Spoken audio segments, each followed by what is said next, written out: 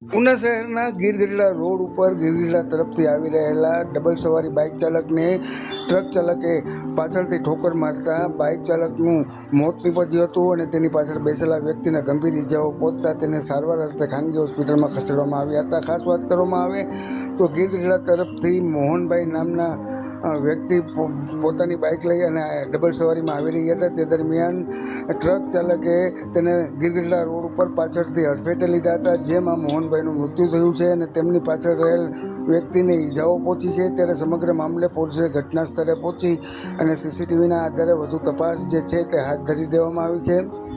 જ્યારે આ 24 કલાક વાહનોથી ધમધમતો એરિયામાં ટ્રક ચાલકે પાછળથી આ ડબલ સવારી બાઇક ચાલકને ઠોકર મારતા આ ઘટના જે છે તે બની હતી, ત્યારે ઉના સરકારી હોસ્પિટલે લોકોના ટોળા એકત્રિત થયા હતા। ત્યારે સમગ્ર મામલે ઉના પોલીસ દ્વારા સીસીટીવીના આધારે તપાસ જે છે તે હાથ ધરી દેવામાં આવી છે। ત્યારે સમગ્ર મામલે આ ટ્રક ચાલક જે છે તે અકસ્માત સર્જી અને તેઓ નાસી છૂટ્યો હતો।